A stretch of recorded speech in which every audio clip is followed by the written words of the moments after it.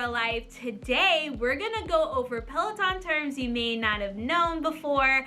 I hope you can use this video as a Peloton glossary of sorts for the next time that you're talking with a fellow Pelotoner in the community, so let's jump right in. If you're new here, welcome. My name is Ashleigh. I'm a rave mom and mom in real life, and I am obsessed with Peloton. I love the community that Peloton brings. I feel like there's definitely a synergy between raving and the Peloton community because they both unite over the music. Anyways, enough about that. But over the years, I've had a lot of people message me on Instagram or just friends of mine who've joined the Peloton community, and they're like, Ash, like, I don't know what this means, or what's this term, or I just don't understand anything about what people are saying and how people are interacting with this community. So I thought I would create a video of just simple terms. If you're new to Peloton, if you're a beginner, or if you're an OG and there's just some things that you haven't ventured into, that you could use this as a guide to learn a little bit more about the Peloton community. And so the next time that you come along or come across these terms, you'll feel informed and ready to dive right in to the conversation. Reference my little notes here. I took notes of common terms that are used in Peloton. I also reached out to some of my Pelo Ravers fam, hi family, just to ask them what were some of the terms that they felt like they didn't understand when they first started. So hopefully this will be helpful for you. It's a completed list from me and from them. So the first term is swarm. Swarm. What is a swarm? So a swarm is an organized group ride. To my badges here. So a swarm is usually working out with 20 friends specifically. So in your app, you'll get these badges. I'll tell you what a badge is later. But if you're working out with 20 or more friends, it's considered a swarm ride. Then there's squad. A squad ride is when you're working out with 5 friends that you follow. And then a flock is a group of 10 people who you follow. And I think there's one other, if I remember this right, I think it's, yeah, that's right. So dynamic duo is when you are working out with another person that you're friends with. Three's company, that's 3. A pack is 4. A squad is 5. A flock is 10, and a swarm is 20. But you'll often hear this term within the Peloton groups. So they'll schedule a swarm ride where a big group from that community will get on either on demand or live, and they will do what they call a swarm ride of the week. So for instance, my community, Pelo Ravers, we always schedule a swarm ride on Saturdays. So that's kind of our day where the whole group gets together, whoever is available, and we'll hop on and join a group or a ride of our choice or a workout of our choice. Next term, PR. PR stands for personal record. So when you are taking a ride, the cool thing about Peloton is it will track all of your information over the course of time. Each ride, it'll record your output, kind of where you were, your metrics, all of that stuff for that ride. And if you do better than a previous ride at that same level, so for 30 minutes, if you do better than a previous 30-minute ride, you'll have a PR. So that means that is the highest amount of output that you have achieved for a 30-minute ride, and you'll keep that record until you break it again. So oftentimes in the groups, you'll hear people, I PR'd, and it's really exciting because that means that you push yourself to the limits, you are getting better, you're getting stronger, and it's just a way to celebrate your fitness journey overall. So we love PRs. PR stands for personal record. All right, HIIT. What is HIIT? So HIIT stands for high intensity interval training. So this is a type of workout that Peloton offers, but you will also hear this term outside of Peloton. It is not Peloton exclusive. Basically, the science behind it is that when you work out for short bursts of energy, or you give forth short bursts of work towards something, over time you can burn more fat. So essentially, they do these types of rides on the bike, but you can also do regular HIIT workouts with weights, without weights, just using your body weight. But typically it is a ratio. So you'll be 20 seconds on, 10 seconds off, 20 seconds on, 10 seconds off, and you will repeat that over and over again. So you give yourself your all for those 20 seconds, and then for 10 seconds you relax and you rest. Power Zone. So Power Zone is a personal training program that Peloton offers, but also it's a program that a lot of pro cyclists they utilize in their training. Essentially what it does is it is a program designed for your fitness level, where you are reaching a certain amount of output or zones throughout your ride to achieve better fitness overall, to become stronger over the course of your training program. I like to think of it as a personalized training program on the Peloton bike for you. So it meets everyone where they're at physically, and at the end of this program, they usually last 8 weeks, and at the end of that, you will see some type of growth or development based off of your training. It's really great. If you're new to the bike, I recommend that you try to discover your Power Zones training program. You can find it on your bike, or you can find it on the app if you're an app user. And I think it's just really good to increase your output if that's your goal. With that being said, what is FTP and what is an FTP test? So FTP stands for Functional Threshold Power. It is a test that you take that really measures the power you can hold for an hour. And this is the most accessible way, at least that's what I found online, for any pro cyclist to really gauge their output and gauge their growth over time. It's usually 20 minutes on the Peloton bike. You take this test and you input your average amount of output. You'll see that number at the bottom. You'll put that in your screen, in your settings, and then you will have a Power Zone bar that shows up every single ride from there on forward. So it's really, really easy and simple to do. You take the 20-minute test, make sure you take the 10-minute warm-up before that, and then you put your output in your settings, and it's kind of like set it and forget it. It's the best thing ever. So if you're really looking to measure just how you're becoming more fit over time, I would recommend taking the FTP test. Output. So output is a combination of cadence and resistance. So the amount of resistance, or the amount of load that is on you, and how fast you are going with that load. So oftentimes you'll hear the instructor say, I want, 150 output, over 200 output. And so you'll see on your screen your resistance. You'll tweak your resistance and your speed in order to generate that output, which is in the center of your screen. Stack. So stack is a fairly new term to Peloton, but stack means, and I wrote this down, it's your workout schedule, a series of classes grouped together with the stack feature. So what I like to do every day is I like to generate a stack. Basically what I do is I go on my bike or I go on the app and I try to plan out and map out what I'm going to do for a workout. So a stack typically includes a warm-up, your main ride, a cool down, and a stretch. And you can also do a variety of things in there. If you want to do lifting in that stack, you could add lifting. If you want to do yoga in the morning, you could add yoga. So you can use this to really generate what you're going to do throughout your day. My favorite stack, what I love to do is in the morning, I put a yoga flow. So 20 minutes to 30 minutes. If I can't get it in the morning, I'll schedule it for my lunch break. 20 minutes, simple, easy to go. And then at night, I do a warm-up ride, 5 minutes, a main ride, which can be anywhere between 30 to 45 minutes to an hour, depending on if it's a Power Zone ride, and a stretch. I always do a stretch. If it's a Power Zone ride, typically you don't really need as much of a cool down, so I'll go straight into a stretch.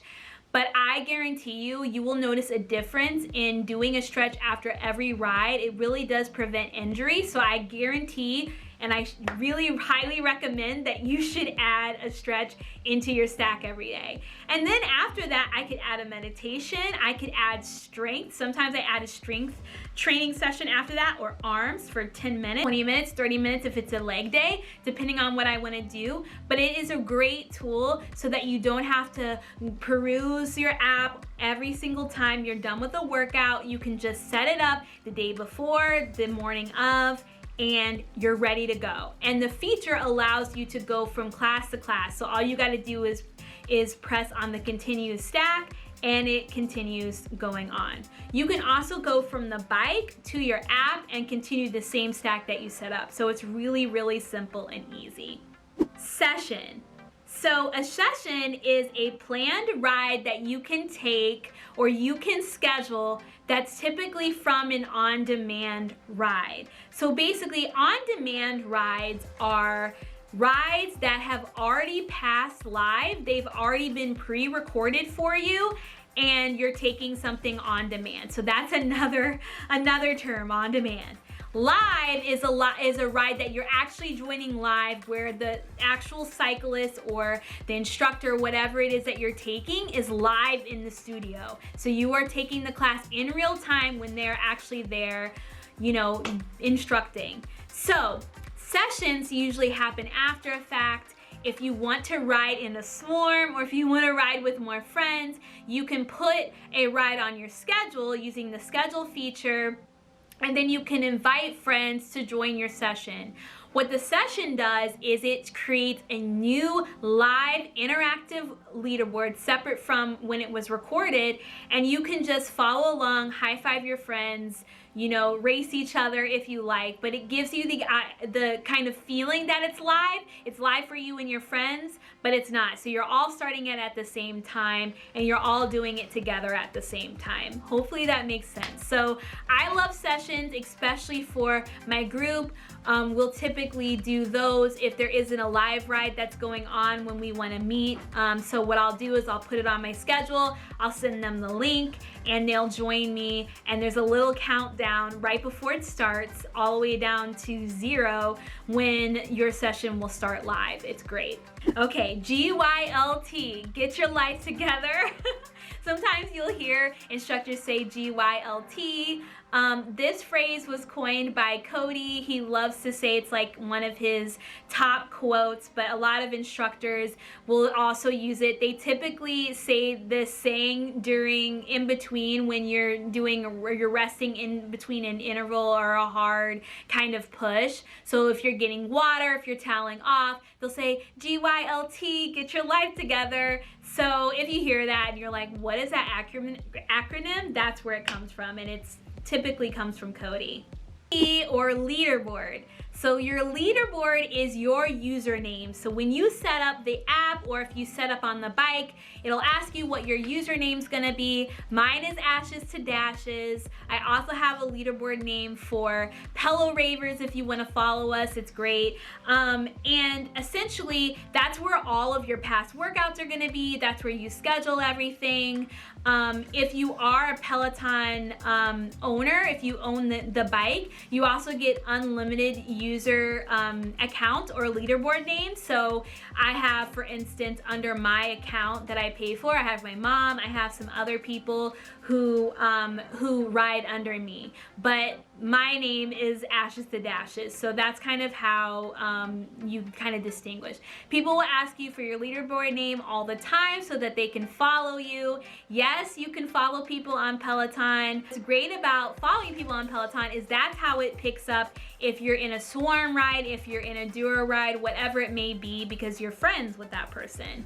And it's also just a cool way to see people that you know that you could ride along with and high five. It shows up in your leaderboard so that you can see the people that you're connected with. Milestones. So your milestone, and I wrote this down, it's a celebration point or marker when you reach a certain number of rides or workouts. So a milestone could be you reach 10 rides. It's been 10 rides since you started Peloton, and you'll receive a little badge for that. Most important milestones typically happen on 50. So you'll have 50 rides, 100 rides, 150, 200, 250, and so on and so forth. So typically those are the ones that are the most special to everyone, and they're the ones that you have to work hardest toward. I've been talking about this throughout, but one thing and a term that you'll see often are badges. Badges are a way to celebrate the specific types of rides and workouts that you're doing. Badges, you get badges for completing a challenge. So there's something called challenges on the app, where you can kind of opt into a challenge. A challenge could be doing 100 different walks in the month of March. A challenge could be doing, you know, a certain amount of minutes over the year, a certain amount of miles over the year, and you can receive badges for those. You can also receive badges for special workouts like the artist series rides, like for instance Rihanna. If we had a Rihanna ride, you would get a badge for that. Or I know we did a ride with Outcast, so there was a specific Outcast badge that you get associated with it. They also do a lot of really fun inclusive rides and workouts that are special. So they'll do one for Women's History Month, Black History Month, and they have specific badges for that.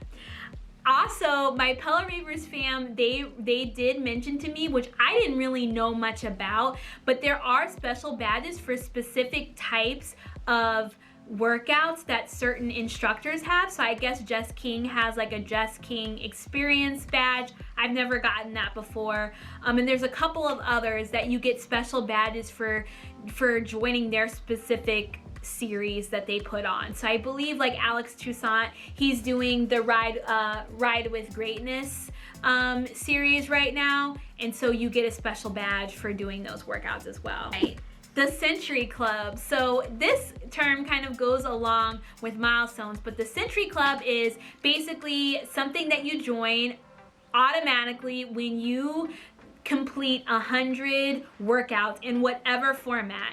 Typically, most people are excited when they reach that for the cycling specifically. So you'll be inducted into the Century Club. You'll get a special badge that says 100 on it. You can also reach a Century Club doing strength, yoga, whatever it may be, but it's all there for you. And what I love so much about joining the Century Club with Peloton is that they give you a special gift. So you get a special Century t-shirt that has 100 on the side. It says Century 100 on the side, and it's free. All you gotta do once you reach your Century ride or whatnot, they'll actually send you an email, they'll ask you for your size, and you'll receive your Century shirt. So anyways, it's definitely a milestone that everyone is peaking when you join Peloton, and then from there, obviously you get obsessed and obsessed and obsessed with adding more rides to your roster.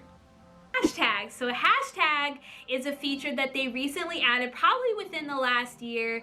Basically, on your profile, you can add special hashtags, or you can follow special hashtags. For instance, we have the Pelo Ravers hashtag. There's also one for Peloton Moms, Black Girl Magic, all of the sub communities.